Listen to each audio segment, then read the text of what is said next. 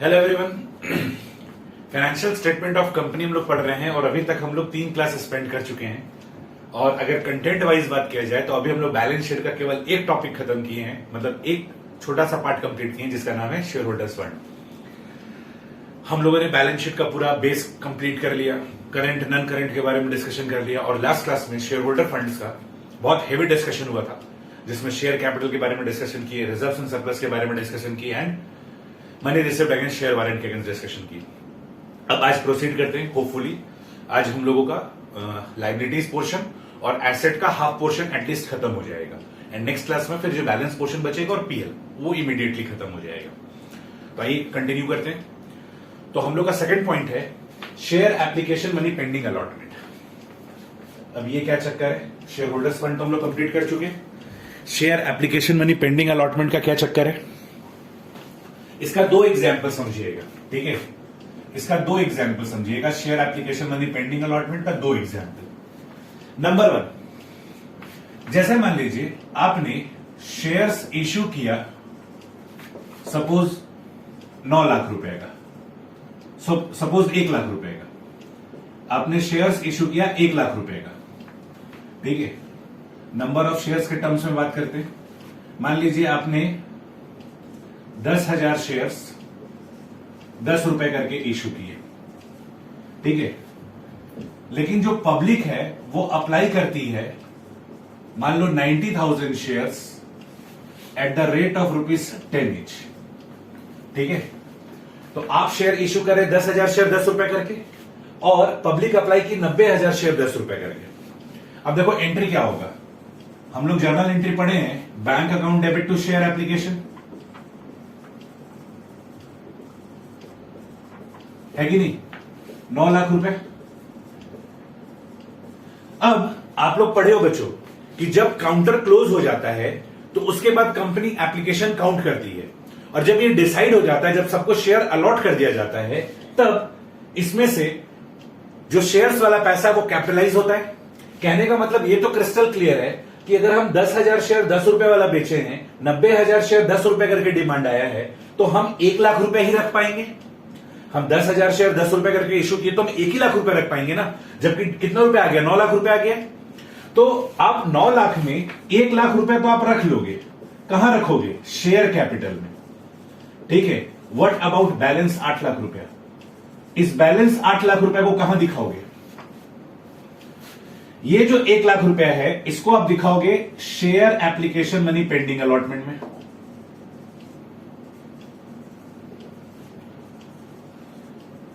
और इस 8 लाख को दिखाओगे अदर करंट लायबिलिटी में। आइए फिर से समझते हैं। आप लोग पढ़े हो कि हम लोग अगर ओवर सब्सक्रिप्शन, अगर एक बार में सारा पैसा मंगा रहे, इजी एग्जांपल लेते हैं ताकि तुरंत समझ में आ जाए। अगर वन टाइम पे पैसा मंगा रहे हैं तो ओवर सब्सक्रिप्शन का कोई भी केस हो, जितना शेयर्स इश्यू कर रहे हैं उतना ही पैसा रख पाएंगे, बाकी हमको आउटराइटली क्या करना पड़ेगा? रिफंड करना पड़ेगा, चाहे आउटराइट रिजेक्शन हो, चाहे प्रोराटा हो, चाहे कॉम्बो। तो देखा जाए, मान लीजिए हम 10,000 शेयर 10 रुपए करके वन टाइम पे पैसा मंगा रहे हैं, 90,000 शेयर का डिमांड आ गया 10 रुपए करके, तो हम एंट्री पास कर दिए bank account debit to share application 9 lakh. अब ये तो कंफर्म है कि 9 लाख में 1 लाख रुपए ही हम रख पाएंगे और बाकी 8 लाख रुपए हमको क्या करना होगा? रिफंड करना होगा।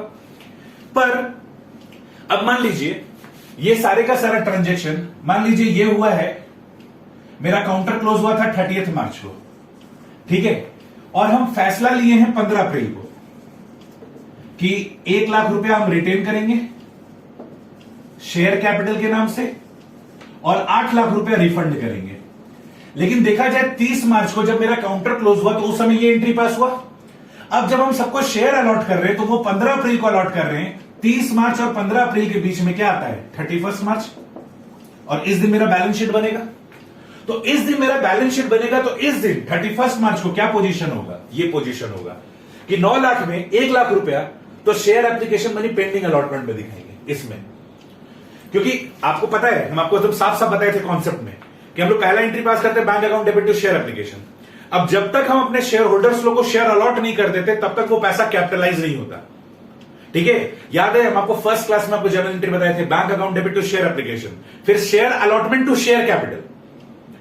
उसके बाद फिर शेयर एप्लीकेशन के पैसे को कैपिटलाइज करते थे, share application to share capital करते थे। ये शेयर चैप्टर में आपको पढ़ाए थे, हम रियल लाइफ का बात आपको उसी दिन बता दिए थे और हम आपको दिखाए भी थे कि आपके नोट्स में भी ये बात हम लिख के दिए हैं कि जब तक बोर्ड ऑफ डायरेक्टर अप्रूव नहीं कर देते हैं एप्लीकेशन का पैसा कैपिटल में ट्रांसफर नहीं होता है। तो बोर्ड ऑफ डायरेक्टर कब अप्रूव करेंगे? जब काउंटर क्लोज हो जाएगा, एप्लीकेशन काउंट हो जाएगा, जब ये डिसाइड हो जाएगा कि किनको किनको शेयर्स देना है। तो देखा जाए 30 मार्च को जब मेरा काउंटर क्लोज हुआ तो ये तो डिसाइड, ये 9 लाख रुपए आ चुका है 90,000 शेयर पे। अब 15 अप्रैल को फैसला हुआ है कि 10,000 शेयर का पैसा रखा जाएगा और बाकी 8 लाख रुपए रिफंड किया जाएगा। लेकिन इस बीच जो 31 मार्च आ गया, ये जो बैलेंस शीट आ गया, इसका क्या करें? तो इस 31 मार्च में क्या करेंगे? क्योंकि 9 लाख रुपए में 8 लाख रुपए रिफंड होगा ये हमको पता है और 1 लाख रुपए हम कैपिटल के नाम पे रख पाएंगे ये पता है। लेकिन अभी हम शेयर अलॉट नहीं किए हैं, इसलिए इस 1 लाख रुपए को कहां दिखाएंगे? Share application money pending allotment में। कब? 31 मार्च को। और ये 8 लाख रुपए रिफंड करना है तो इसको अदर करंट लायबिलिटी में दिखाएंगे। और जब 15 अप्रैल आएगा तब ये 1 लाख रुपए share application money pending allotment से निकलकर किसमें चला जाएगा? शेयर कैपिटल में चला जाएगा। 15 अप्रैल को ये वाला पैसा शेयर कैपिटल में शिफ्ट हो जाएगा। पॉइंट नंबर ए में 1 लाख रुपए वहां पर जो भी शेयर कैपिटल का पैसा होगा उसमें ये ऐड हो जाएगा। आई होप आपको ये बात क्लियर है।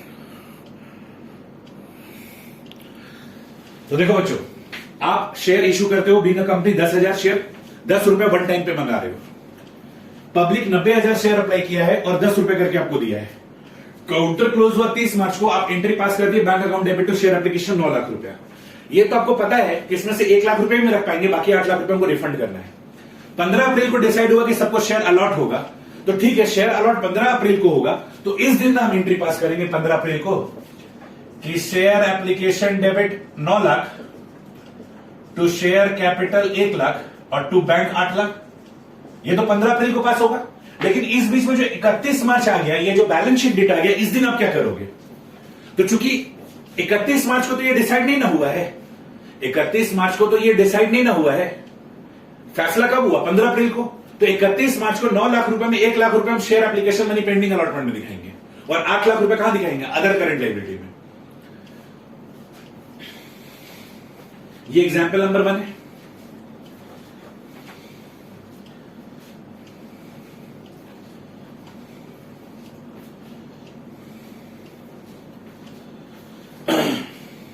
कॉपी कर लो बच्चों, स्ट्रक्चर को कॉपी कर लो, फिर दूसरा एग्जाम्पल बताएंगे। दूसरा एग्जाम्पल बताएंगे। याद है बच्चों, ओवर सब्सक्रिप्शन वाले क्लास में हम लोग पढ़े थे कि शेयर इशू अगर 10,000 करते हैं, अप्लाई 90,000 का आता है, तो 2 रीजन है कि हमको 10,000 शेयर इशू करना पड़ता है। एक वीक रीजन था, एक स्ट्रांग रीजन था। वीक रीजन ये था कि हो सकता है कंपनी का ऑथराइज कैपिटल ही 10,000 शेयर हो, ठीक है, लेकिन वीक रीजन इसलिए बोलते क्योंकि ऑथराइज कैपिटल को आप बढ़वा सकते हो।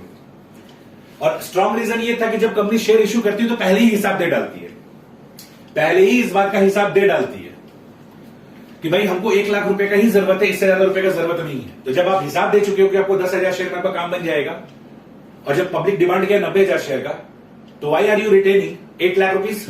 Refund that. तो ये कॉन्सेप्ट हम लोग डिस्कस कर चुके हैं। उससे रिलेटेड हम सेकंड एग्जांपल करवाएंगे। इस फर्स्ट एग्जांपल को कॉपी करिए। तो share application money pending allotment में क्या आएगा? चलिए अब दूसरा एग्जांपल देखते हैं।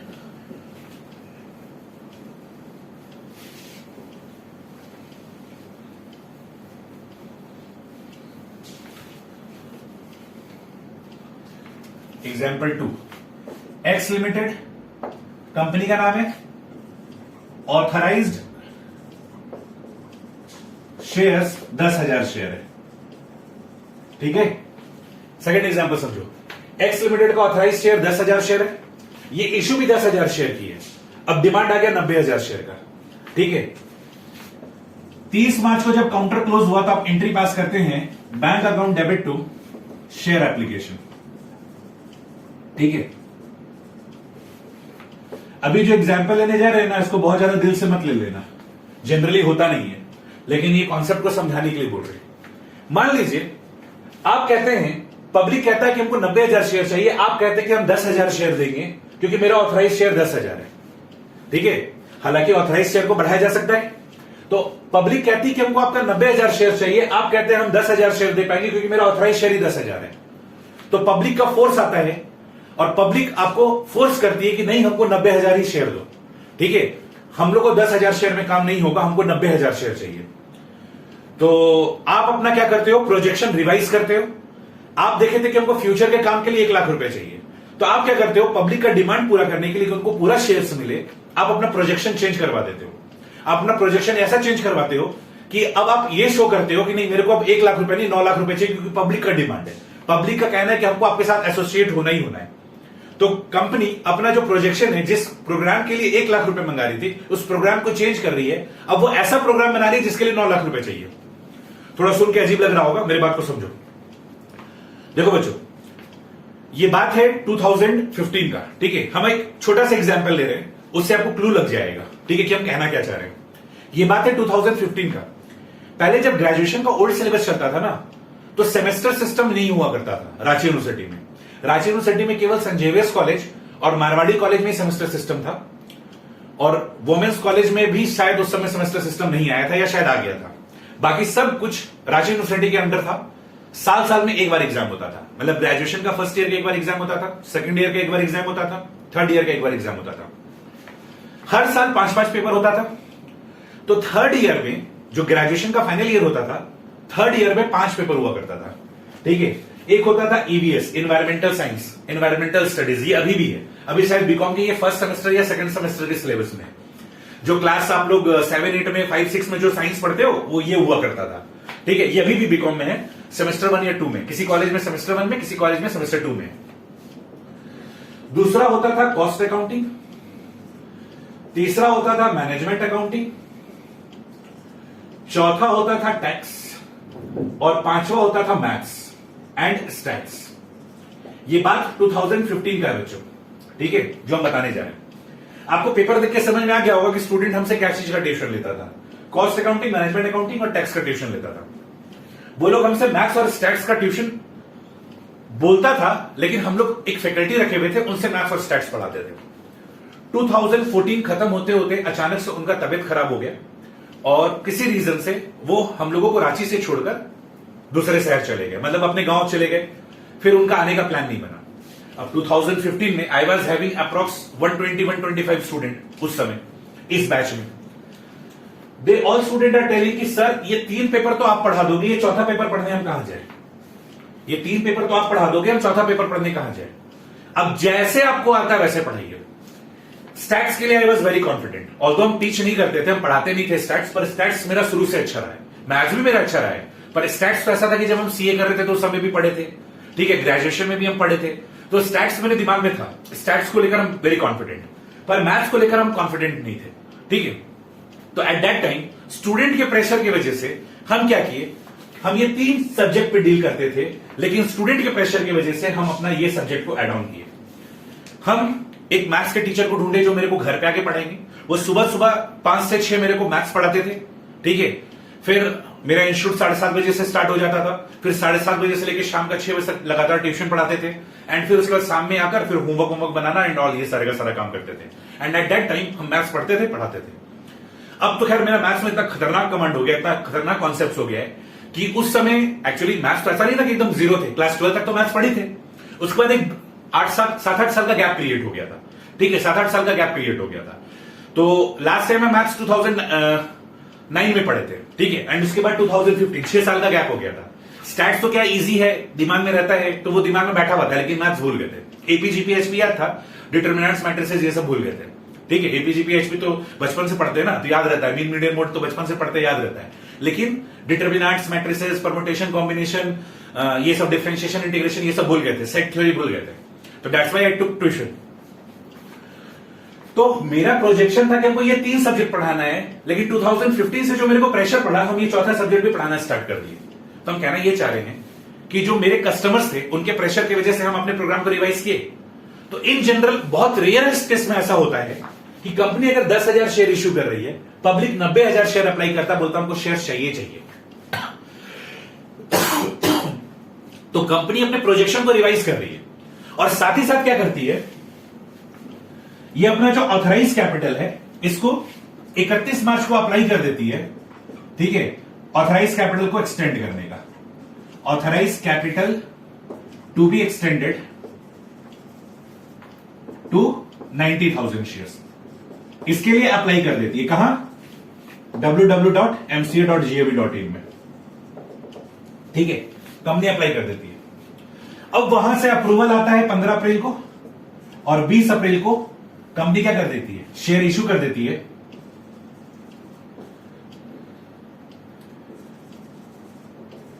Share application account debit to share capital 9 lakh, ठीक है। तो कंपनी क्या की, 15 अप्रैल को अप्रूवल आया, गॉट अप्रूवल, थ्योरी पढ़ाते पढ़ाते गला बार बार सूख जाता है, जिसकी वजह से बार बार खसका खांसी आता है।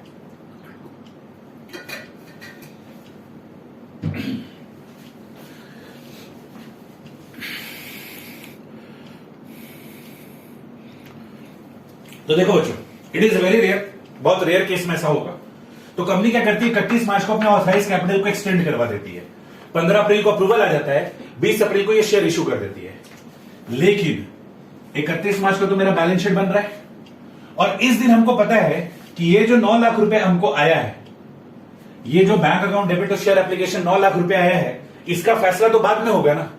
इसमें से ये तो पता है हमको कि 1 लाख रुपए तो रखेंगे, 8 लाख का क्या करेंगे, it depends upon the approval of the MCA, ठीक है, it depends upon the approval of the MCA.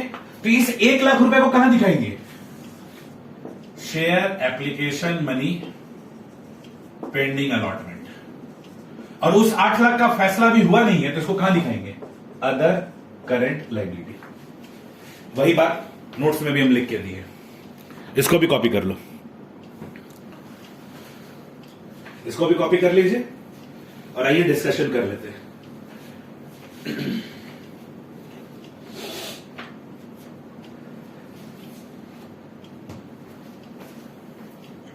फटाफट फटाफट कॉपी करिए।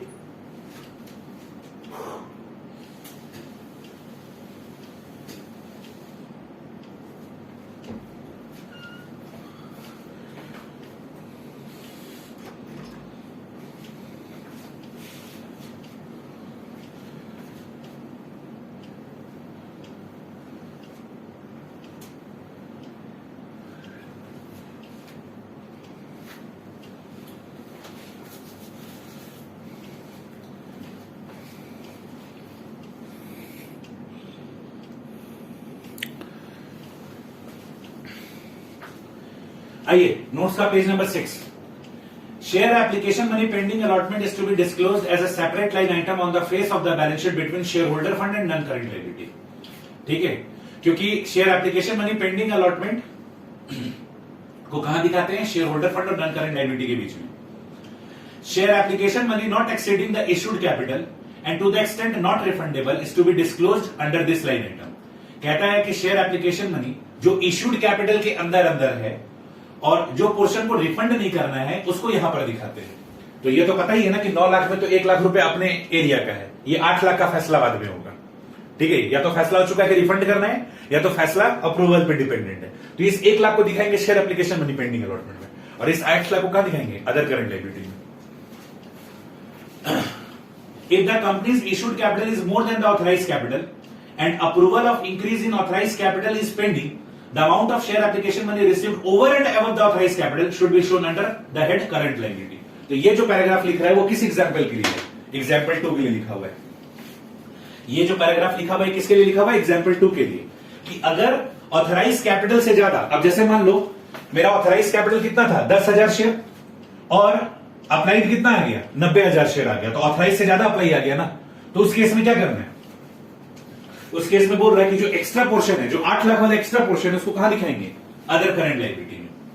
However amount shown as share application money pending allotment will not include share application money to the extent refundable, ठीक है। और अगर मान लो एग्जाम्पल 1 वाला केस हुआ, फैसला हो चुका है कि 1 लाख रुपए रखना है और 8 लाख रुपए रिफंड करना है, तो 1 लाख रुपए को share application money pending allotment में दिखाएंगे, क्योंकि देखा जाए 30 मार्च को काउंटर क्लोज हुआ है, 15 अप्रैल को हम लोग रिफंड करेंगे, क्योंकि अलॉटमेंट भी 15 अप्रैल को होगा। तो 31 मार्च अगर बीच में घुस रहा है, एग्जाम्पल 1 देखो, एग्जाम्पल 1 में क्या है, 30 मार्च को 9 लाख रुपए आया, और 15 अप्रैल को उसमें से अलॉटमेंट हो रहा है, तो बीच में 31 मार्च घुस रहा है ना एग्जाम्पल 1 में।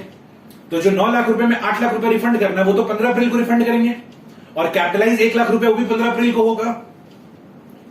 तो उस 1 लाख रुपए को जो फ्यूचर में कैपिटलाइज होने वाला है उसको 31 मार्च में कहां दिखाएंगे? Share application money pending allotment में। और जो 8 लाख रुपए रिफंड करना है उसको कहां दिखाएंगे? Other current liability.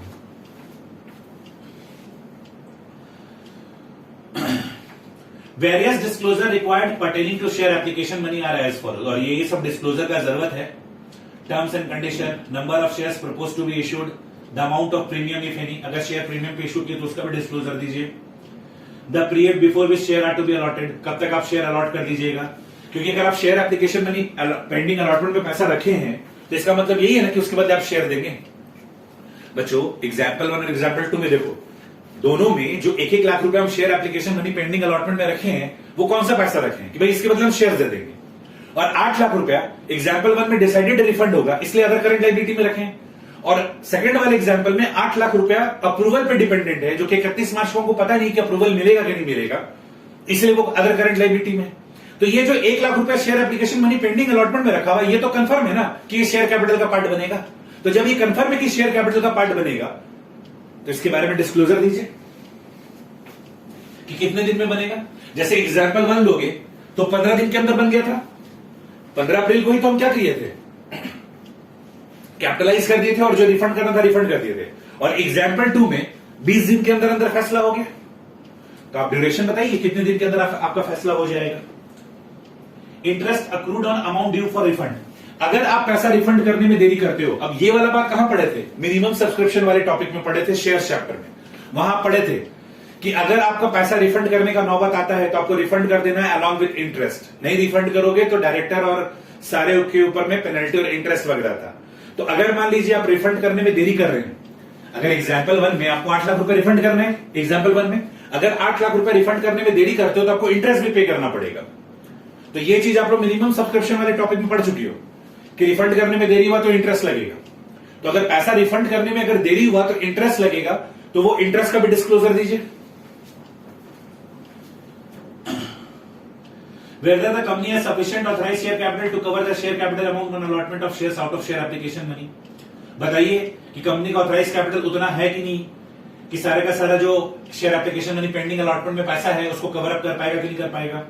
Interest accrued on amount due for refund, the period for which the share application money has been pending beyond the period for allotment as mentioned in share application form along with the reason for such share application money being allotment.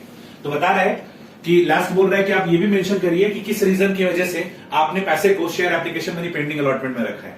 मतलब एक reason भी बताइए कि किस वजह से आपका example 1 case है कि एग्जाम्पल 2 केस है, किस वजह से आप share application money pending allotment में पैसा को दिखा रहे हैं, उसका रीजन भी आप डिस्क्लोज करिए। ये सब ज्ञान का बात है, कर लेना। The above disclosure should be made in respect of amount classified under both equity as well as current liability.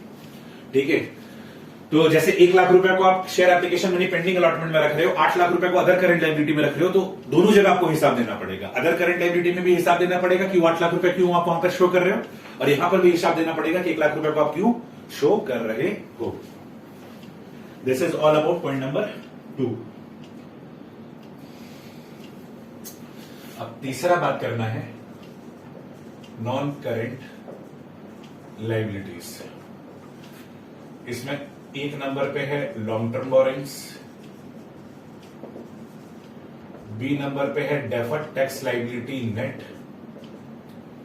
तीसरे नंबर पे है अदर लॉन्ग टर्म लायबिलिटीज,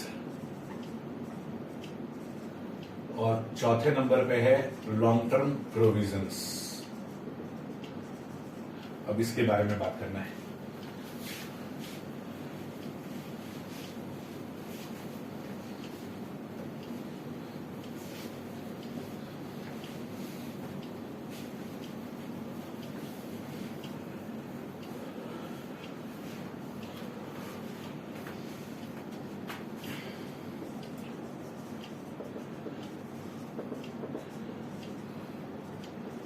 यहां पर आएगा short term borrowings,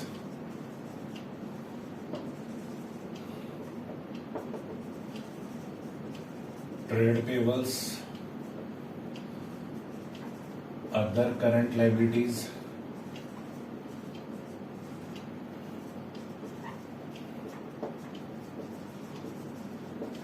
short term provisions. याद है जब हम स्टार्ट किए थे तो आपको बोले थे 3 और 4 लिंक्ड है, याद करना आसान है। यहां लॉन्ग टर्म है तो यहां शॉर्ट टर्म बोरिंग, यहां डेफर्ड टैक्स लायबिलिटी है, ठीक है, नॉट इन सिलेबस। हालांकि हम इसके बारे में आपको थोड़ा बहुत बता देंगे। अदर लॉन्ग टर्म लायबिलिटीज, इसको it can be understood as other non current liability, है ना। तो यहां अदर नॉन करंट लायबिलिटी आ गया, तो यहां अदर करंट लायबिलिटी आ गया, यहां लॉन्ग टर्म प्रोविजंस आ गया, तो यहां शॉर्ट टर्म प्रोविजंस आ गया।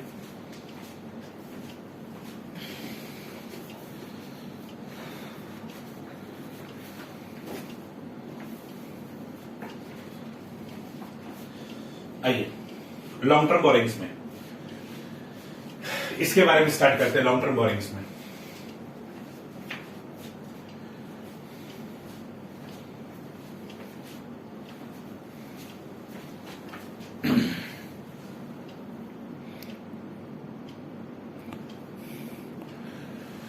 लॉन्ग टर्म बोरिंग्स में क्या आएगा, देखिए वहां लिख के दिए, long term borrowings shall be classified as bond और डिवेंचर।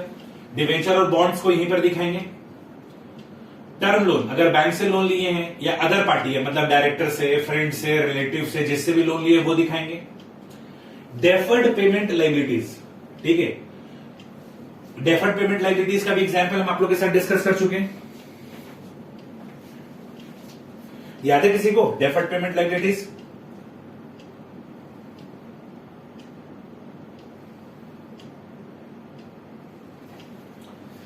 जैसे मान लीजिए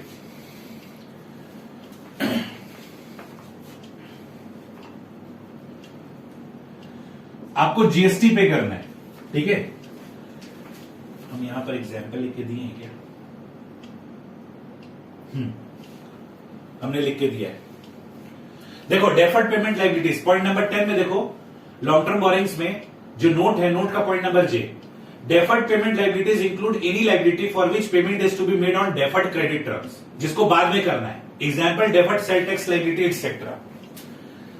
बच्चों सुनकर थोड़ा अजीब लगेगा पर रियल लाइफ में ऐसा होता है। जैसे मान लीजिए मेरे पास आउटपुट जीएसटी था, मेरे पास इनपुट जीएसटी था, हम आउटपुट से इनपुट माइनस किए और मेरे पास जीएसटी पेबल आ गया। अब हमको ये सरकार को पे करना है, ठीक है, ड्यू डेट आ गया, सरकार को पे करना है। पता है कभी कभी गवर्नमेंट से इसको हम लोग डेफर करवा लेते हैं कि सर इसको अभी नहीं पे करेंगे, इसको हम बाद में पे करेंगे, और गवर्नमेंट से इसका परमिशन भी मिल जाता है। जैसे गवर्नमेंट को ये बोल देते हैं कि ये जो मेरा जीएसटी बन रहा है ना, मेरा आउटपुट जीएसटी इतना था, इनपुट जीएसटी इतना, अभी ये जीएसटी जो हमको पे करना, हम ये आज नहीं पे करेंगे, 5 साल के बाद पे करेंगे। मान के चलो मेरा ऑपरेटिंग साइकिल 12 महीने का है, 12 महीने से ज्यादा हो गया तो नॉन करंट, 12 महीने से कम हो गया तो करंट। तो गवर्नमेंट से हम बात कर लेते हैं, ठीक है, मेरा डिस्कशन हो जाता है, हम अप्रूवल ले लेते हैं कि भाई ये जो जीएसटी का पेमेंट हम आज नहीं करेंगे, 5 साल के बाद करेंगे, अलॉन्ग विथ इंटरेस्ट पेमेंट करेंगे, ठीक है। बट ऑब्वियसली गवर्नमेंट इंटरेस्ट तो लेगी, तो इसी को बोला जाता है डेफर्ड पेमेंट लायबिलिटीज, ठीक है। तो लॉन्ग टर्म बोरिंग्स में क्या क्या आएगा, बॉन्ड और डिवेंचर आएगा, टर्म लोन आएगा, डेफर्ड पेमेंट लायबिलिटीज आएगा, डिपॉजिट्स, ठीक है। बहुत सारी कंपनी क्या करती है, पब्लिक से एफडी लेती है, बहुत सारी कंपनियां पब्लिक से एफडी लेती है। क्यों? आप एफडी केवल बैंक में नहीं करवाते हो, आप किसी कंपनी को भी एफडी करवा सकते हो, ठीक है। बहुत पहले 2018-19 में ये जो बिग बाजार सुने हो, इसका नाम है फ्यूचर ग्रुप्स, ठीक है, जिसको लेकर अभी मार्केट में चल भी रहा है। तो ये जो फ्यूचर ग्रुप्स है, ठीक है, ये क्या कर रहा था, पब्लिक से एफडी ले रहा था 12% के रेट पे। जनरली बैंक से एफडी करवाने जाओगे तो 4%, 5%, मतलब 4% नहीं, 5.5%, 6% का एफडी रेट रहता है। बहुत अच्छा रहेगा तो 9%। ये फ्यूचर ग्रुप क्या कर रहा था, पब्लिक से 12% पे एफडी ले रहा था कि फिक्स डिपॉजिट कराइए, 12% इंटरेस्ट देंगे, 3 साल के लिए एफडी कराइए। मतलब मोटा मोटी ऐसा था कि 3 लाख रुपए दीजिए, 3 साल के बाद 4 लाख रुपए ले जाइए। इतना खतरनाक रेट, 3 लाख रुपए दीजिए और 3 साल के बाद कितना ले जाइए, 4 लाख। सोचे लो 3 साल में 1 लाख रुपए केवल इंटरेस्ट के नाम पे दे रही थी। तो ये जो डिपॉजिट्स एक्सेप्ट कर रही है कंपनी, ये क्या है, long term liabilities. Loans and advances from related parties ignore करो, क्योंकि रिलेटेड पार्टीज अपने में एक ब्रह्मांड है, वो आप लोगों के सिलेबस में नहीं है। Long term मैच्योरिटीज of finance lease obligation, ठीक है। हायर परचेस ट्रांजेक्शन को बच्चों, इंस्टॉलमेंट पेमेंट ट्रांजेक्शन को बच्चों हम लोग फाइनेंस लीज बोलते हैं। ठीक है, फाइनेंस लीज क्या होता है? देखो, finance lease higher version of hire purchase system. Sir अब ये हायर परचेस सिस्टम क्या होता है? जल्दी से समझो। मान लीजिए 1 लाख का एसेट है, हमको खरीदना है पर मेरे औकात का नहीं है। हमको एक एसेट पसंद आया, 1 लाख रुपए का है, मेरे औकात पे नहीं है।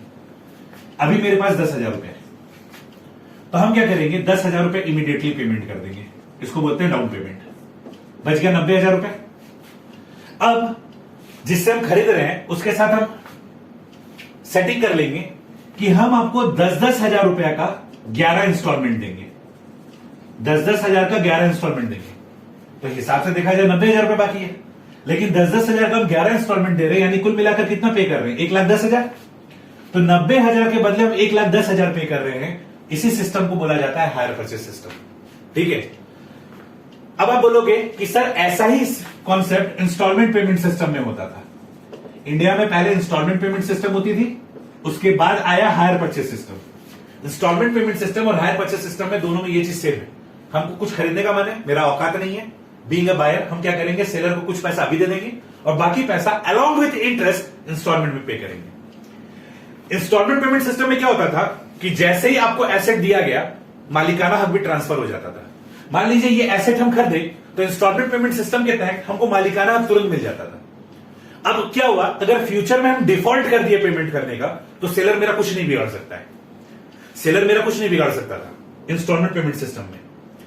अब इसी को रिवाइज करके आया हायर परचेस सिस्टम।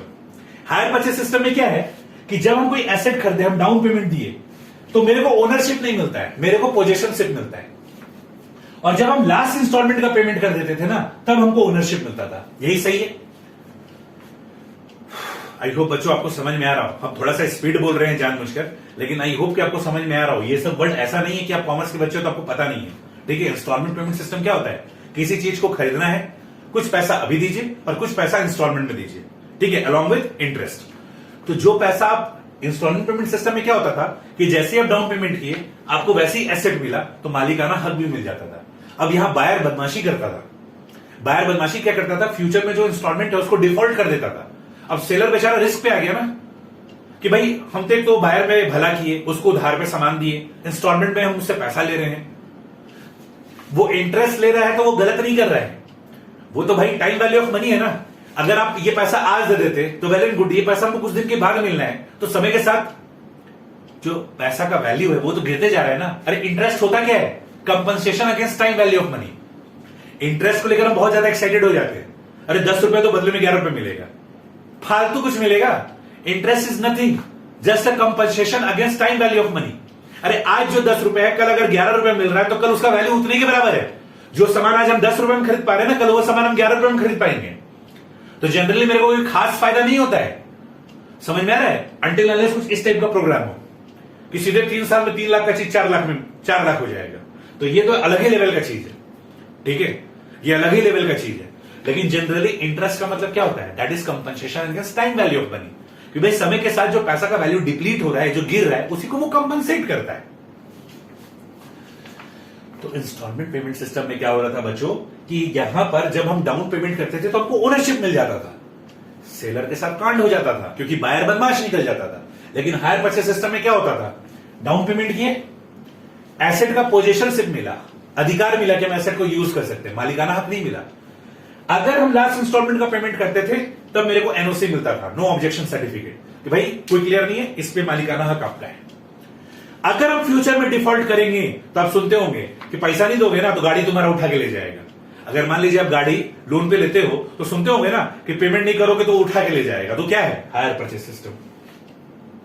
वो क्या है? Higher purchase system. तो मिडिल क्लास लोग जो word higher purchase system use करता है ना, उसको ट्राइकून्स लोग क्या बोलता है? Finance lease. क्या बोलता है? Finance lease. ठीक है, तो फाइनेंस लीज मतलब क्या? उधार में आप कोई चीज लिए, उसका आपको पैसा चुकाना है, लॉन्ग टर्म है, तो वो लॉन्ग टर्म बोरिंग्स में आएगा ना। ठीक है, जैसे मान लीजिए आप एक बड़ी कंपनी, एक फैक्ट्री एक्वायर की हो फाइनेंस लीज पे, इसी तरह के सिस्टम पे, कि आपको इंस्टॉलमेंट पेमेंट करते जाना है, करते जाना है, करते जाना है, करते जाना है। तो जो लॉन्ग टर्म आपका लाइबिलिटीज है, फाइनेंस लीज ऑब्लिगेशंस, उसको आपको यहां डिस्क्लोज करना है। वो अमाउंट डिस्क्लोज करना है कि कितने रुपए का उधार है।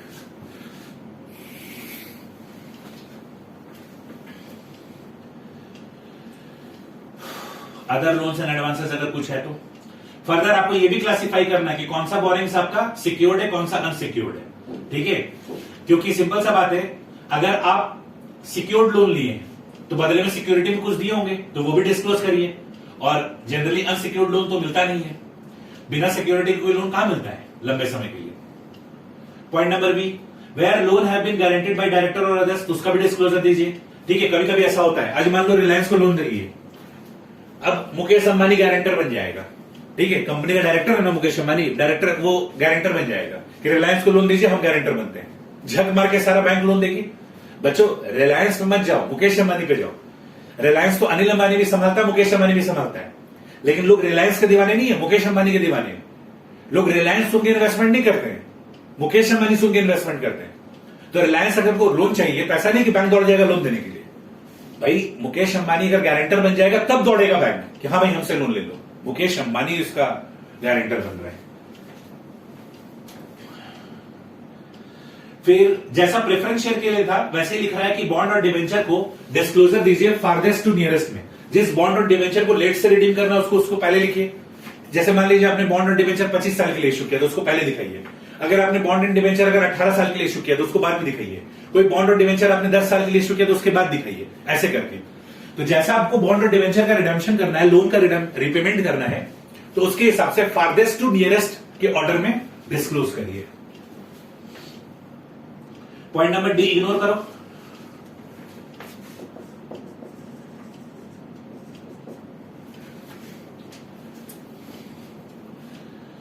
Term of repayment of term loan and other loan shall be stated. Loan कितने दिन का है? टर्म लोन का मतलब क्या होता है कि लोन 15 साल का है, 20 साल का है, 30 साल का, उसको टर्म लोन बोला जाता है। ठीक है, ड्यूरेशन, वो लोन जिसका टर्म डिसाइडेड हो। टर्म लोन का मतलब होता है वो लोन जिसका टर्म ऑफ ड्यूरेशन डिसाइडेड हो। ठीक है, उसको भी डिस्क्लोज करिए।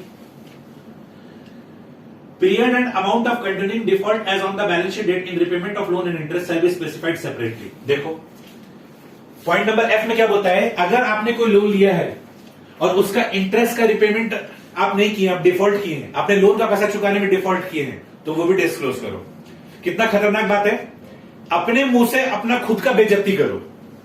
पॉइंट नंबर एफ क्या बोल रहा है, अपने मुंह से अपना खुद का बेइज्जती करो। पॉइंट नंबर एफ कहता है कि अगर मान लीजिए आपने जो लोन लिया था, अगर उस लोन का रिपेमेंट में आपने डिफॉल्ट किया है, अगर आपने इंटरेस्ट के रिपेमेंट में डिफॉल्ट किया है, तो उसका भी डिस्क्लोजर दो। मतलब अपने मुंह से अपने बारे में अपने आप को खुद को बेइज्जत करो कि हाँ हमने फलाने से लोन लिया था, फलाने का इतना इतना इंस्टॉलमेंट हम डिफॉल्ट कर चुके हैं, फलाने का इतना इतना इंटरेस्ट का हम डिफॉल्ट कर चुके हैं, ये भी डिस्क्लोजर देना होगा। है ना इंटरेस्टिंग?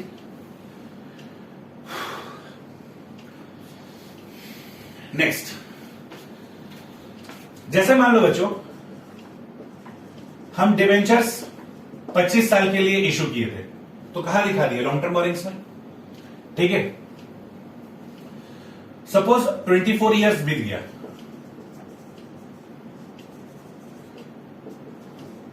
अब 1 साल बचा,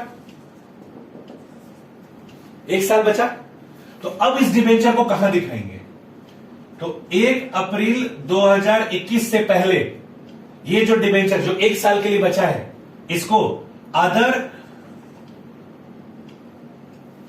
क्या बोलते हैं, अदर नॉन करेंट लायबिलिटी में दिखाया जाता था, सॉरी अदर करेंट लायबिलिटी में दिखाया जाता था बिफोर।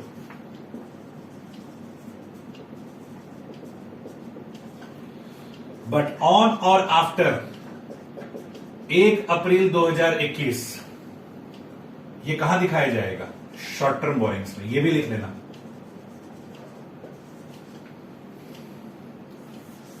मान लीजिए आपने डिवेंचर 25 साल के लिए इशू किया, समय बीतता गया, 24 साल बीत गया, अब 1 साल बचा, आपको डिवेंचर का पैसा लौटाना है। ठीक है, 1 ईयर रिमेनिंग। तो 1 अप्रैल 2021 से पहले ये जो 1 ईयर बचा हुआ है डिवेंचर का, इसको कहां दिखाया जाता है? इसको लॉन्ग टर्म बोरिंग से शिफ्ट करके कहां दिखा देते हैं? अदर करंट लायबिलिटी में। लेकिन 1 अप्रैल 2021 से चेंजेस आया है, अब ये कहां दिखेगा? शॉर्ट टर्म बोरिंग्स में। ठीक है, ये कहां दिखेगा? शॉर्ट टर्म बोरिंग्स में।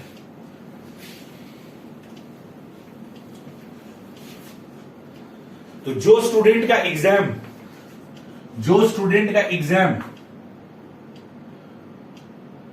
2022 में होगा, ठीक है, जो स्टूडेंट 2021-22 सेशन का होगा वो ये आंसर देगा, और इसके बाद के सेशन वाले स्टूडेंट ये आंसर देंगे।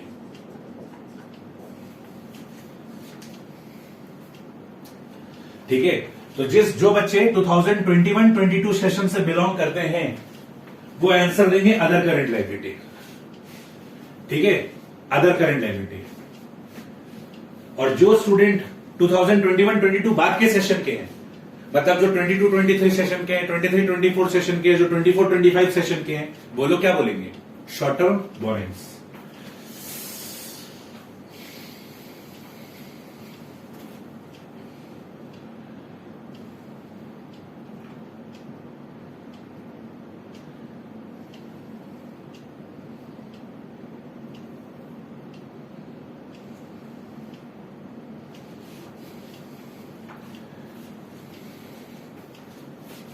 ठीक है, तो जब डिबेंचर हम 25 साल के लिए इशू किए तो ये कहलाता है लॉन्ग टर्म बोरिंग्स, लेकिन जब 1 साल बचता है ना तो इसको बोला जाता है current मैच्योरिटीज of long term borings. जब 1 साल बच रहा है, हम लोग ऑपरेटिंग साइकिल 12 महीने का है ना, तो 1 साल का अगर डिबेंचर, अब 1 साल बच गया डिबेंचर को रिडीम करने में, तो इसको क्या बोलेंगे? Current मैच्योरिटीज of long term borings. तो जो 21-22 सेशन के स्टूडेंट हैं वो लोग आंसर देंगे अदर करंट लायबिलिटी, और जो इसके बाद के सेशन के स्टूडेंट होंगे वो आंसर देंगे शॉर्ट टर्म बोरिंग्स।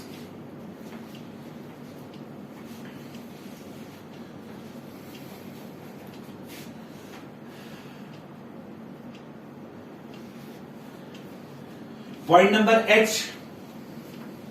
फनी सा डिस्क्लोजर है। ठीक है, मतलब अलग से हम लोग के कंपनीज एक्ट में ये बात मेंशन किया गया है। पॉइंट नंबर H में क्या लिखा गया? पॉइंट नंबर H में ये बात लिखा गया है कि जैसे मान लीजिए ड्यूरिंग द ईयर, आपको क्या बोला गया? अगर ड्यूरिंग द ईयर अगर आप लोन का डिफॉल्ट करते हो, इंटरेस्ट का डिफॉल्ट करते हो, तो उसका खुद का डिस्क्लोजर दोगे। मतलब अगर आप किसी से लोन लेते हो, उसका डिफॉल्ट करते हो, इंटरेस्ट नहीं चुकाते हो, तो आपको डिस्क्लोजर देना पड़ेगा। पॉइंट नंबर H कहता है कि जैसे मान लीजिए आपका अकाउंटिंग ईयर अप्रैल टू मार्च है, आपका अकाउंटिंग ईयर अप्रैल टू मार्च है, आप अक्टूबर में एक इंस्टॉलमेंट का डिफॉल्ट कर देते हो, ठीक है, आप पेमेंट नहीं करते हो, लेकिन फिर दिसंबर में आप अक्टूबर वाले इंस्टॉलमेंट का, नवंबर वाले इंस्टॉलमेंट का और दिसंबर वाले इंस्टॉलमेंट का सबका पेमेंट कर देते हो। ठीक है, मतलब वापस से आप उसको लाइन अप कर देते हो, तो इस बात का डिस्क्लोजर देने का जरूरत नहीं है। तो कह रहा है कि अगर साल के दौरान, आपका अकाउंटिंग ईयर अप्रैल टू मार्च है, साल के दौरान आपने डिफॉल्ट किया, लेकिन उसी साल के अंदर अंदर आपने उस डिफॉल्ट को मेकअप कर दिया, तो फिर ये डिस्क्लोजर देने का जरूरत नहीं है। मतलब अगर 1 साल के अंदर आपने गलती किया और फिर उस गलती का प्रायश्चित कर लिया, तो फिर इसके बारे में बताने की जरूरत नहीं है। लेकिन अगर गलती करते हो, प्रायश्चित नहीं करते हो, तो डिस्क्लोजर करना होगा। देखो पॉइंट नंबर H क्या लिखा हुआ है? Any default that had occurred during the year and was subsequently made good before the end of the year does not need to be disclosed. तो वो सारे का सारा डिफॉल्ट जो ड्यूरिंग द ईयर हुआ है, लेकिन उसी साल उसको सुधार लिए हो, साल खत्म होने से पहले, तो डिस्क्लोज देने का जरूरत नहीं है। Trade deposit and security deposit. अब ट्रेड डिपॉजिट और सिक्योरिटी डिपॉजिट क्या होता है? दोनों एक ही चीज होता है। जैसे कभी कभी क्या होता है कि मान लो हमको किसी का फ्रेंचाइजी लेना है, ठीक है, तो अगर आप किसी बिजनेस का, किसी कंपनी का फ्रेंचाइजी लेते हो ना, तो आपको सिक्योरिटी डिपॉजिट करना पड़ता है। ठीक है, जैसे हम आपको बता रहे हैं, बहुत लॉन्ग बैक, बहुत पहले 2004 में, ठीक है, 2004 में, लॉन्ग बैक 2004 में मेरे फादर ने रोटोमैक पेन का बिजनेस किया था। ठीक है, यार आप लोगों को तो पता भी नहीं होगा, आप लोग उस जनरेशन से बिलोंग भी नहीं करते हो। पहले टीवी में ऐड आता था रोटोमैक पेन का, लिखते लिखते लव हो जाए। रवीना टंडन इसकी ब्रांड एम्बेसडर थी, सलमान खान भी इसका टीवी ऐड किया है, आप यूट्यूब में इसका ऐड देख सकते हो। ठीक है, आजकल फेसबुक में पेजेस चलता है, दूरदर्शन ओल्ड सीरियल बोलकर, उसमें भी उस एड का वीडियोस डाला हुआ है। ठीक है, FB वगैरह में, तो आप यूट्यूब में भी सर्च कर सकते हो। रोटोमैक का मतलब तकिया कलाम होता था कि लिखते लिखते लव हो जाए, है ना। तो in 2004 my father is having franchisee, कि वो रोटोमैक पेन का उनके पास फ्रेंचाइजी था, वो पूरे झारखंड में रोटोमैक पेन का सप्लाई करते थे, ठीक है। तो for that purpose he had to deposit some security money. तो भाई वो बिजनेस लेने के लिए हम लोगों को कुछ पैसे का क्या देना पड़ा था, सिक्योरिटी डिपॉजिट देना पड़ा था एट दैट टाइम, उस समय, ठीक है, 2004 में।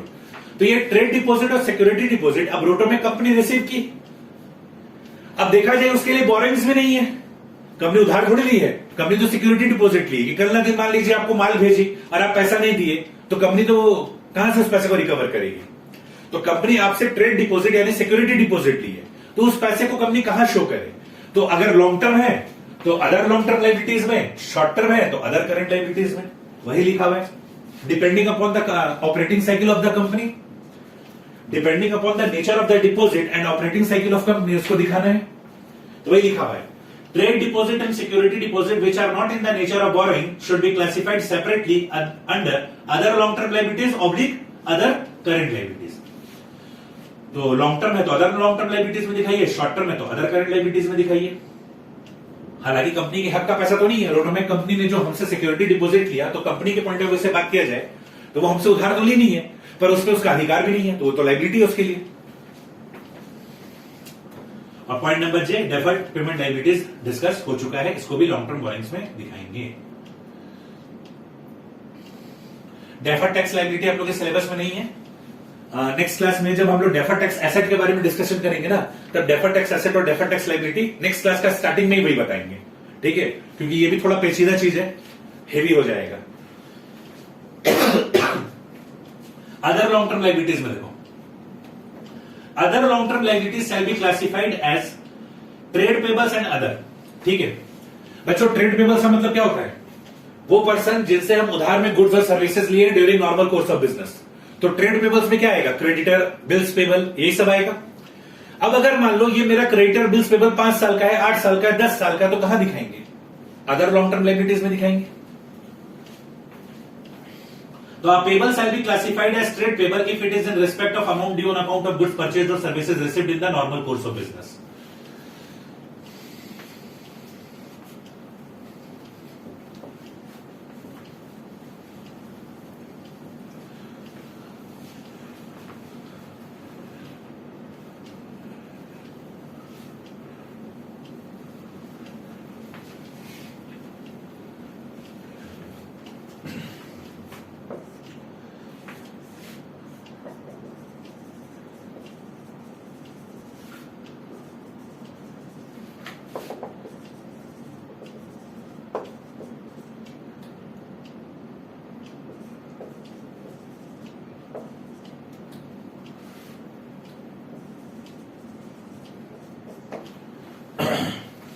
तो वो क्रेडिटर्स, वो बिल्स पेबल जो आपके ऑपरेटिंग साइकिल के बाहर है, ठीक है, आपका ऑपरेटिंग साइकिल 12 महीने का, क्रेडिटर 8 साल का है, बिल्स पेबल 5 साल का है, तो कहां दिखाओगे, creditors and bills payable. Trade payables other long term liabilities में दिखाओगे, वैसे क्रेडिटर वैसे बिल्स पेबल को जो 8 साल के हैं, 7 साल के हैं,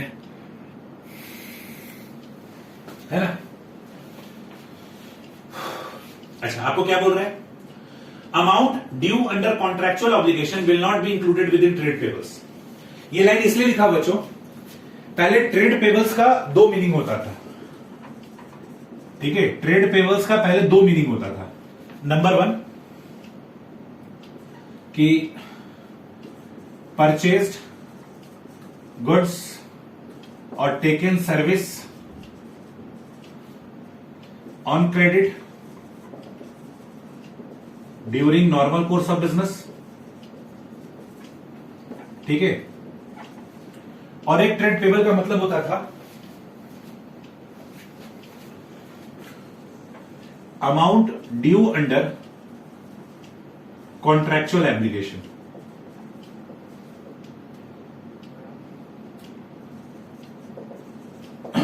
ध्यान से सुनना, समझ में आएगा, ठीक है, वर्ड सुन सुन के डरना मत। पहले ट्रेड पेबल का ये डेफिनेशन होता था, कब, बिफोर 1 अप्रैल 2011, ये ट्रेड पेबल का डेफिनेशन होता था।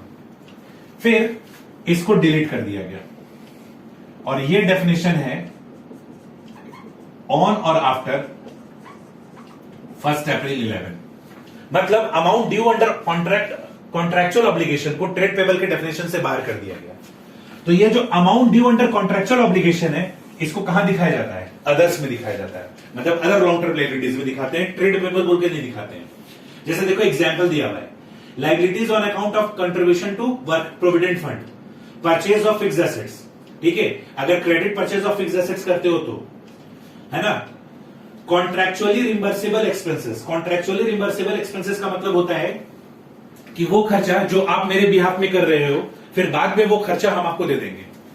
जैसे मान लीजिए आप बिल्डर हो, ठीक है, आप बिल्डर हो, हमने आपको बोला फ्लैट बना दो, ठीक है, मेरे लिए फ्लैट बना दो, तो आपको मेरे को फ्लैट बना कर दोगे ना, ठीक है।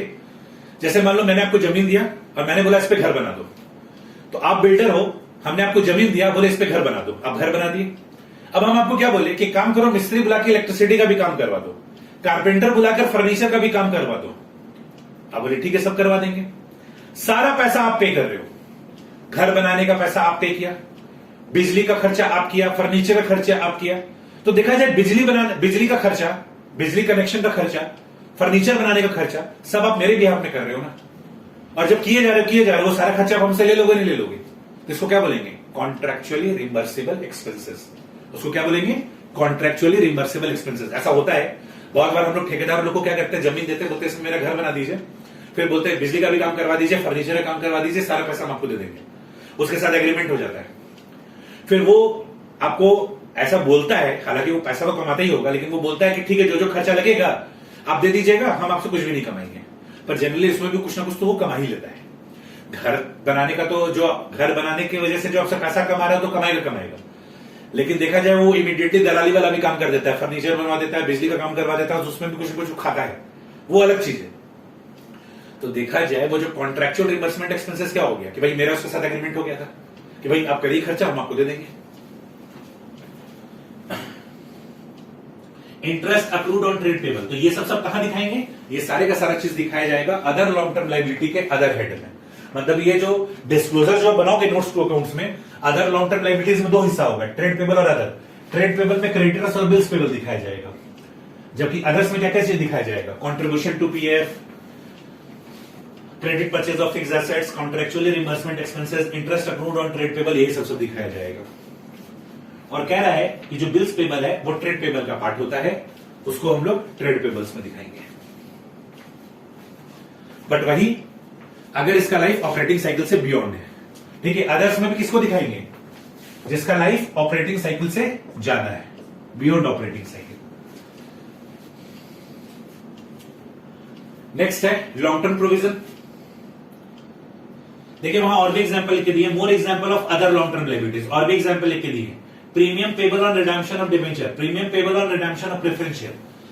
अगर मान लो डिबेंचर इशू किए थे 100 रुपए का, बोले थे बदले में 110 रुपए लौटाएंगे, तो जो 10 रुपए में एक्स्ट्रा लौटाएंगे वो तो 10 साल के बाद या 15 साल के बाद लौटाएंगे, तो वो कहां दिखाएंगे? अदर लॉन्ग टर्म लायबिलिटीज में। प्रेफरेंशियल इशू किए थे 100 रुपए में, बोले थे बदले में 110 रुपए लौटाएंगे, तो जो 10 रुपए एक्स्ट्रा लौटाएंगे वो तो 15 साल 20 साल के बाद लौटाएंगे, 30 साल के बाद लौटाएंगे, तो वो कहां दिखेगा? अदर लॉन्ग टर्म लायबिलिटीज में दिखेगा। नेक्स्ट लॉन्ग टर्म प्रोविजन, इसमें दो चीज आ रहा है, प्रोविजन फॉर एम्प्लॉय बेनिफिट्स और other. Provision for employee benefits में क्या क्या चीज आता है? जैसे provision for gratuity, provision for pension. अब जैसे कंपनी है तो मेरे साथ बहुत लोग जुड़े हुए हैं, तो जो लोग रिटायर करेंगे, रिटायरमेंट के बाद वो हमसे ग्रेजुटी का पैसा लेंगे, पेंशन का पैसा लेंगे, लीव इनकैशमेंट का पैसा लेंगे, तो ये सब हम तैयारी करते हैं। अब आपके मन में आएगा सर ये ग्रेजुटी क्या होता है, पेंशन क्या होता है? पेंशन तो सर हम लोग सुने हैं कि सर अगर हम किसी कंपनी में लंबे समय तक काम करते हैं, हम रिटायर हो जाते हैं तो हमको पेंशन मिलता है, ठीक है। लेकिन what about earned leave and gratuity? ठीक है, अर्न्ड लीव और ग्रेजुटी क्या होता है? ग्रेजुटी डिराइव हुआ है वर्ड ग्रेटिटुअस पेमेंट से, ठीक है। अगर आप किसी ऑर्गेनाइजेशन में 5 साल या उससे ज्यादा काम कर लेते हो, then you are eligible for gratuity. अगर आप किसी संस्था में 5 साल या उससे ज्यादा काम कर लेते हैं, तो वो संस्था का अगर पॉलिसी है ग्रेजुटी देने का, तो आप ग्रेजुटी के लिए एलिजिबल हो जाते हैं, ठीक है। तो वो संस्था क्या करती है? अपनी इच्छा अनुसार आपको ग्रेजुटी का अलग से पैसा देती है। इंडिया में मैक्स टू मैक्स एक पर्सन को 20 लाख रुपए दिया जाता है ग्रेजुटी के नाम से, वो भी मैक्स टू मैक्स बोला जा रहा है, ठीक है। मतलब वैसा कोई इंसान जो एक कंपनी में 25 साल 30 साल काम कर लिया, या फिर मान लो 35-40 साल काम कर लिया और उसके बाद वो रिटायर हो रहा है, ठीक है, तो फिर जाते जाते उसको 20 लाख रुपए या 15 लाख रुपए ग्रेजुएटी के नाम पे मिलता है। तो कंपनी उसका तैयारी करेगी ना कि भाई अगर कोई आदमी अपना तन मन धन के साथ मेरे साथ काम किया है, आज हमको वो छोड़कर जा रहा है, तो उसको फेयरवेल के रूप में हम ग्रेजुएटी का पेमेंट करें, बुढ़ापे में उसको पेंशन मिलेगा। कंपनी उसका तैयारी करेगी। अर्न लीव क्या होता है बच्चों? जनरली हर बिजनेस ऑर्गेनाइजेशन का अलग अलग पॉलिसी होता है, पर जनरल पॉलिसी क्या है कि आप नॉर्मल छुट्टी के अलावा 30 दिन का अलग से छुट्टी ले सकते हैं, पर ये हर ऑर्गेनाइजेशन में अलग अलग होता है, ठीक है। हम एक जनरल एग्जांपल ले रहे हैं, ठीक है। खास करके गवर्नमेंट कंपनी में तो यही होता है कि नॉर्मल जो छुट्टी है, जो गवर्नमेंट डिक्लेयर्ड हॉलीडेज है, दिवाली, छठ पूजा, दुर्गा पूजा, ईद, गुरु नानक जयंती, एक्समस, क्या बोलते हैं, जीसस क्राइस्ट का जो बर्थडे है, ठीक है, मेरी क्रिसमस जो होता है, ठीक है, न्यू ईयर हो, मतलब जो भी छुट्टी हो, नॉर्मल छुट्टी के अलावा जो छुट्टी डिक्लेयर्ड है उसके अलावा आप 30 दिन का अलग से छुट्टी ले सकते हो, ठीक है। अगर आप ये 30 दिन का छुट्टी ले सकते हो लेकिन छुट्टी नहीं लेते हो, ठीक है, तो 30 दिन का छुट्टी ले सकते हो मतलब क्या है कि आप नॉर्मल छुट्टी के अलावा 1 महीने का छुट्टी ले सकते हो साल भर में। साल भर में आपको नॉर्मली जो छुट्टी मिलता है उसके अलावा आप नॉर्मली क्या कर सकते हो, 1 महीने का छुट्टी ले सकते हो। मान लीजिए आप किसी कंपनी में 30 साल काम किए और छुट्टी नहीं ली है, तो 30 महीना आपने जो छुट्टी आप ले सकते थे आपने लिया नहीं, इसके बदले आपने काम किया, तो कंपनी क्या करती है, इसके बदले भी आपको पैसा देती है। आप ड्यूरिंग द एम्प्लॉयमेंट भी ये पैसा ले सकते हो, आफ्टर द रिटायरमेंट भी पैसा ले सकते हो। लोग आफ्टर द रिटायरमेंट इसका पैसा लेते हैं। तो जैसे मान लीजिए किसी कंपनी में हम 30 साल काम कर लेंगे ना, तो मेरा 30 महीने का छुट्टी जमा हो जाएगा। अगर हम एक भी छुट्टी नहीं लेते हैं तो 30 महीने के बराबर का हमको सैलरी मिलता है, ठीक है। तो ये हमको ड्यूरिंग द एम्प्लॉयमेंट भी मिल सकता है और आफ्टर द रिटायरमेंट भी मिल सकता है। लोग आफ्टर द रिटायरमेंट लेते हैं, ठीक है। 30 महीने का एकदम मोटा पैसा मिलता है, तो इसके लिए भी कंपनी क्या करती है, प्रोविजन क्रिएट करती है। तो provision for gratuity, provision for pension, provision for leave encashment. Other में क्या आता है, provision for warranty, provision for repair, provision for expenses.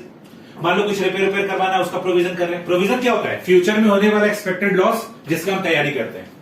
Provision का मतलब क्या होता है, फ्यूचर में होने वाला एक्सपेक्टेड या लॉस जिसका हम तैयारी करते हैं, ठीक है। अब जैसे मान लो हम सपोज करो सैमसंग है, ठीक है, हम इलेक्ट्रॉनिक गुड्स बांट रहे हैं, तो हम लोगों को डिफरेंट प्रोडक्ट पे डिफरेंट वारंटी देते हैं। जैसे मान लो हम फ्रिज बेच रहे हैं तो 5 साल का वारंटी दे दिए, एसी बेच रहे हैं 10 साल का वारंटी दे दिए, कि भाई 10 साल के अंदर। वारंटी का मतलब क्या होता है कि आपको जो प्रोडक्ट बेचा गया, अगर उसमें से कोई पार्ट्स अगर खराब होगा तो वो आपको रिप्लेस करके दे दिया जाएगा, ठीक है। तो अब जैसे मान लीजिए हम बजाज कंपनी है, हमने आपको गीजर बेचा, ठीक है, वारंटी दिया गया 3 साल के लिए, तो ऑपरेटिंग साइकिल क्रॉस कर गया कि नहीं कर गया। अब 3 साल तक देखा जाए तो कोई भी क्लेम होगा आपका, तो उसके बदले हम उसको ठीक करा के देंगे, पार्ट्स खराब हुआ तो चेंज करा के देंगे। तो कंपनी क्या करती है, कंपनी को पता रहता है कि जनरली अगर वो 100 यूनिट माल बेच रही है तो 100 यूनिट में 1 आध यूनिट खराब निकलेगा, तो उसके लिए वो प्रोविजन बना लेती है। तो प्रोविजन फॉर वारंटी, कोई खर्चा हो तो provision for repair, provision for expenses, वो सबका तैयारी कर लेती है। तो वो किसमें दिखाया जाएगा, लॉन्ग टर्म प्रोविजंस में दिखाया जाएगा। नेक्स्ट, ये सब रीड करना है बच्चों। नेक्स्ट अब हम लोग इसका बात करते हैं।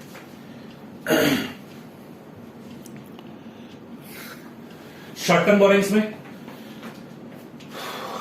बोरिंग्स में बैंक ओवरड्राफ्ट,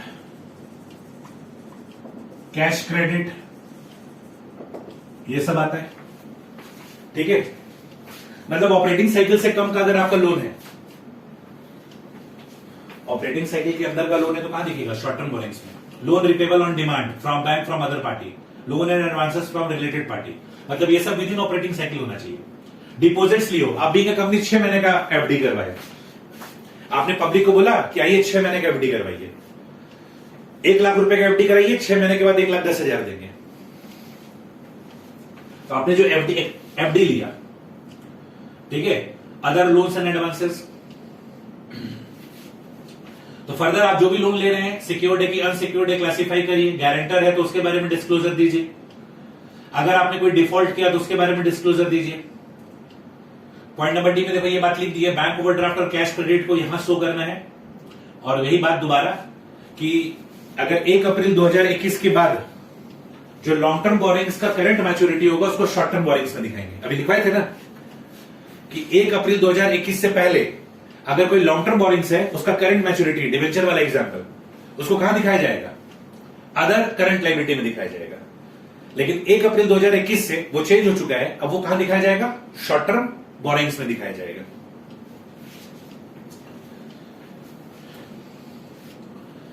अच्छा बच्चों, ये बात हम क्यों लिखे कि बैंक ओवरड्राफ्ट और कैश क्रेडिट को आपको शॉर्ट टर्म बोरिंग्स में दिखाना? ये तो नून है कि sir bank overdraft, cash credit ये सब में इंटरेस्ट लगता है और ये सब उधार है, तो शॉर्ट टर्म बोरिंग्स में दिखाएंगे। इसलिए क्योंकि बैंक ओवरड्राफ्ट और कैश क्रेडिट को बैलेंस शीट में दो जगह दिखा सकते हैं। बैंक ओवरड्राफ्ट और कैश क्रेडिट को बैलेंस शीट में दो जगह दिखा सकते हैं, या तो शॉर्ट टर्म बोरिंग्स में या तो कैश एंड कैश इक्विवेलेंट में अंडर नेगेटिव फिगर। सिंपल सा बात है बच्चों, अगर लायबिलिटी का कोई आइटम अगर एसेट साइड में दिखाओगे तो माइनस करके दिखाओगे ना, एसेट का आइटम अगर लायबिलिटी साइड दिखाओगे तो माइनस करके दिखाओगे। तो अगर बैंक ओवरड्राफ्ट और कैश क्रेडिट को आप शॉर्ट टर्म बोरिंग्स में दिखा रहे हैं, दिखाना भी यही चाहिए, ठीक है, क्योंकि इस पे इंटरेस्ट पे करना पड़ता है। लेकिन आपके पास एक और ऑप्शन होता है कि बैंक ओवरड्राफ्ट और कैश क्रेडिट को आप एसेट साइड में भी दिखा सकते हो, कैश एंड कैश इक्विवेलेंट में अंडर ब्रैकेट। तो आपके पास दोनों ऑप्शन है।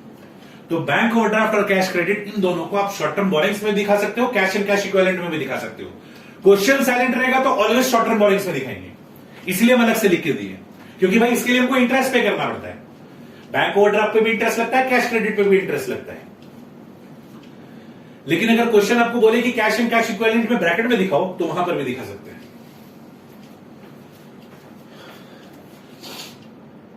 ट्रेड पेबल्स आपको पता ही बच्चों, वो पर्सन जिनसे हम उधार में गुड्स और सर्विसेज लिए during normal course of business. तो पॉइंट नंबर 14 देखो पेज नंबर 9 में, इसमें देखो सबसे इंटरेस्टिंग बात क्या है बच्चों, वो ट्रेड पेबल्स जो ऑपरेटिंग साइकिल के बियॉन्ड है उसको हम दिखा रहे अदर लॉन्ग टर्म लायबिलिटीज में। जो विद इन ऑपरेटिंग साइकिल है वो कहां दिखेगा? यहां दिखेगा। अगर मान लीजिए आपका क्रेडिटर और बिल्स पेबल 6 महीने का है, 3 महीने का है, 8 महीने का, 10 महीने का, तो कहां दिखाओगे? उसको हम लोग दिखाएंगे ट्रेड पेबल्स में। कहां दिखाएंगे? ट्रेड पेबल्स में। लेकिन अगर ऑपरेटिंग साइकिल से ज्यादा का है, लंबे ड्यूरेशन का है, तो उसको कहां दिखाएंगे? अदर लॉन्ग टर्म लायबिलिटीज में दिखाएंगे।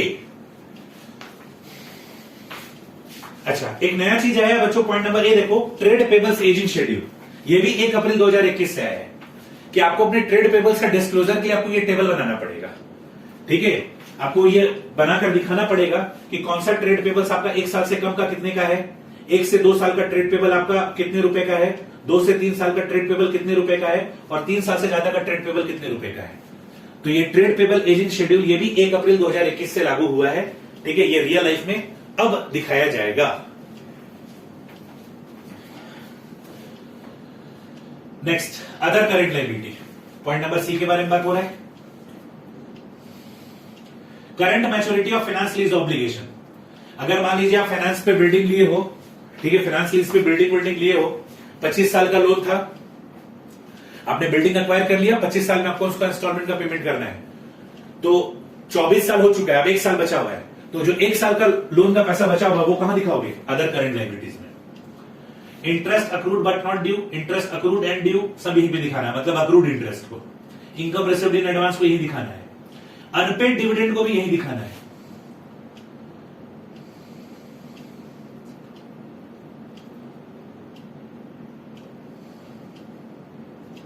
अनपेड डिविडेंड को भी यही दिखाना है। अनपेड डिविडेंड क्या होता है?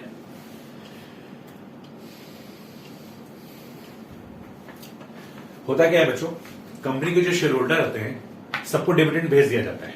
ठीक है, आज आप बोलोगे सर आज तो ऑनलाइन का जमाना है, कंपनी क्या कर सकती है? अपने शेयर होल्डर के अकाउंट में पैसा भेज सकती है, पर ऐसा होता नहीं है। आज के डेट में भी कंपनी क्या करती है? अपने शेयर होल्डर लोग का चेक काट के उन लोग को भेजती है। ठीक है, चेक से पेमेंट करती है। कंपनीज एक्ट में जानते हो ये भी बात मेंशन किया हुआ है कि जब आप अपने शेयर होल्डर लोग को डिविडेंड वगैरह का पैसा देंगे, या प्रेफरेंस शेयर का पैसा लौटाएंगे, या डिवेंचर का पैसा लौटाएंगे, तो चेक से लौटाएंगे, और उसके लिए चेक के लिए जो आप कुरियर फैसिलिटी यूज करोगे वो सरकार का स्पीड पोस्ट यूज करोगे। ये सब भी लिखा हुआ है, सोच लो, लॉ में ये भी लिखा हुआ है कि जैसे मान लो प्रेफरेंस शेयर कंपनी 20 साल के लिए इशू की, 20 साल हो गया तो पैसा लौटाना है ना, कैसे लौटाएंगे? फोन करके बोलेंगे आ जाओ, आके ले जाओ पैसा, चेक काट के देंगे। ठीक है, तो कंपनी सबको थोड़ा बुलाएगी थोड़ी, सबका रजिस्टर्ड एड्रेस पे चेक काट काट के भेज देगी, भाई अपना पैसा लीजिए। ठीक है, तो लॉ में यह भी बात लिखा हुआ है कि चेक अकाउंट पे ही होना चाहिए। साथ ही साथ ये भी लिखा हुआ है कि आपका जो एड्रेस है वो ये क्या बोलते हैं, जो कोरियर यूज किया जाएगा वो स्पीड पोस्ट यूज किया जाएगा। अब हम लोग को यूज करना था ग्रेट इंडियन पोस्ट, ठीक है, ग्रेट इंडियन स्पीड पोस्ट हम लोग को यूज करना है। अब हम लोग को पता है कि ये इंडिया है, स्पीड पोस्ट के थ्रू अगर हम लोग भेजे, डाकिया को घर मिल गया तो ठीक है, नहीं मिला तो दिमाग लगाता नहीं है। जनरली अगर आप प्राइवेट सर्विसेज यूज करते हो तो आपका फोन वगैरह में कॉल वगैरह करके आपको सामान किसी भी तरीके से आपके घर में पहुंचा देता है। लेकिन अगर आप स्पीड पोस्ट वगैरह से भेज रहे हो तो somewhere in India they are active, somewhere in India they are not active. वो सिंपली उसको भेजेंगे, ठीक है, एड्रेस मिल गया तो well and good, phone number भी लिखा हो तो फोन करके कंफर्म नहीं करेंगे, मिल गया तो ठीक है, नहीं तो पैसा वापस कर देंगे। मतलब जो भी आपका सामान है, कोरियर वाला सामान है, उसको वापस भेज दिया जाएगा। ये तो ये लोगों का काम है। अब मान लीजिए हम कंपनी के एक शेयर होल्डर है, कंपनी हमको डिविडेंड भेजिए, ठीक है, मेरे एड्रेस पे डाक लेकर आ रहा है, चिट्ठी लेकर आ रहा है, चिट्ठी के अंदर चेक है कि भाई मेरे को डिविडेंड मिलने वाला है। मेरे सोसाइटी में आया, हम इस सोसाइटी में रहते हैं, बाहर में वॉचमैन को बोला कि राजेश कुमार सावरिया कहां रहता है। मेरा वॉचमैन को बोला कि हमको नहीं पता राजेश कुमार सावरिया कौन रहता है, क्योंकि मेरा जो वॉचमैन था ना वो नया था, उसको पता ही नहीं था। बोला वो यहां नहीं रहता है। ले भाई, मेरा जो एड्रेस है, मेरा जो ब्लॉक नंबर है, मेरा जो घर का नंबर है, आके तो देखो वहां पे वो रहता है कि नहीं रहता है। डाकिया दूर से देखा, बोल दिया दूर से आदमी यहां कोई नहीं रहता है, वो वापस चेक भेज दिया। तो कंपनी के लिए क्या कहलाएगा? Unpaid dividend. कंपनी तो चेक भेज दी थी, कंपनी ने डिविडेंड का चेक भेज दिया था, सामने वाले को नहीं मिला, वो चेक वापिस आ गया, तो वो क्या कहलाएगा कंपनी के लिए? Unpaid dividend. कंपनी इसको कहां शो करेगी? Other current liabilities. Application money receive for allotment of security and due for refund and interest approved thereon. ये जो पहले बात किए थे, शेयर एप्लीकेशन मनी 8 लाख रुपया वाला। Unpaid mature deposit and interest approved there on.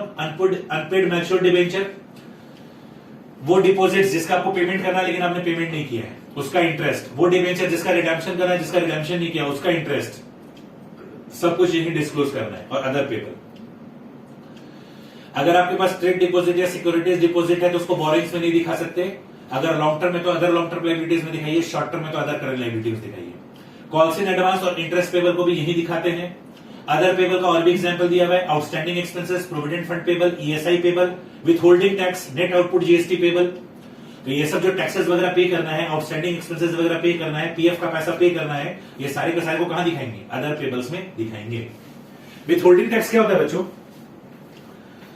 जैसे एक वर्ड होता है टीडीएस, विथ होल्डिंग टैक्स के बारे में बता रहे हैं। जैसे होता क्या है कि बड़े बड़े कंपनियों में टीडीएस का कॉन्सेप्ट लगता है। जैसे होता क्या है कि मेरे पास बहुत सारे इंप्लॉइज हैं, हमको उनको सैलरी देना है, तो इनकम टैक्स में नियम है ना कि अगर आप अपने इंप्लॉइज को सैलरी देते हैं तो उनको जो सैलरी मिलेगा, मेरे लिए खर्चा, उनके लिए क्या? इनकम। अब उनको सैलरी पे टैक्स जमा करना है, तो इनकम टैक्स कहता है कि जब आप अपने इंप्लॉय को सैलरी देते हैं तो वो आपके इंप्लॉय के लिए इनकम है, अब उसको टैक्स जमा करना है।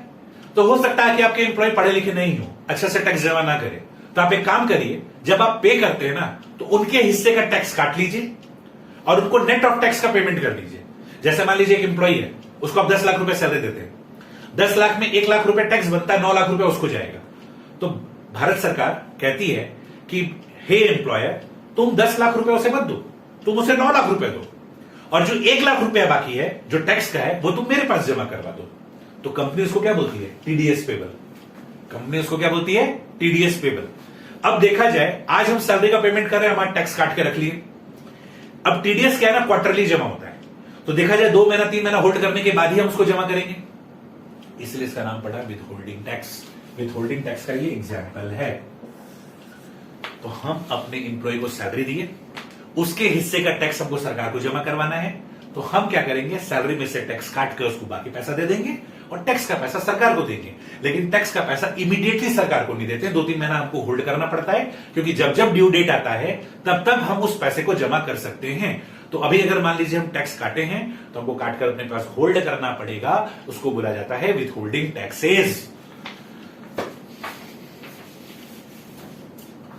शॉर्ट टर्म प्रोविजन देखो, लॉन्ग टर्म प्रोविजन के जैसा तो डिट्टो सेम है, बस डिपेंड ये करता है जो लॉन्ग टर्म प्रोविजन में बोला गया वही शॉर्ट टर्म प्रोविजन में है। अगर वो बियॉन्ड ऑपरेटिंग साइकिल है तो लॉन्ग टर्म प्रोविजन में दिखेगा, अगर वो विद इन ऑपरेटिंग साइकिल है तो कहां दिखेगा? शॉर्ट टर्म प्रोविजन में दिखेगा। और लायबिलिटीज आप लोग का हो गया है खत्म। नेक्स्ट क्लास में एसेट के बारे में एक्सप्लेन करेंगे और डेफर्ड टैक्स लायबिलिटी के बारे में एक्सप्लेन करेंगे। आज इतना ही रहने दो बच्चों। यहां तक जो हम डिस्कस किए हैं प्लीज नोट्स का गो लाइन बाय लाइन रीड करना। जो भी डाउट्स होगा मेरे को प्लीज पर्सनली पूछ लेना। चलिए मिलते हैं नेक्स्ट क्लास में बच्चों, अच्छे से रिवाइज करना। Bye bye everyone, take care.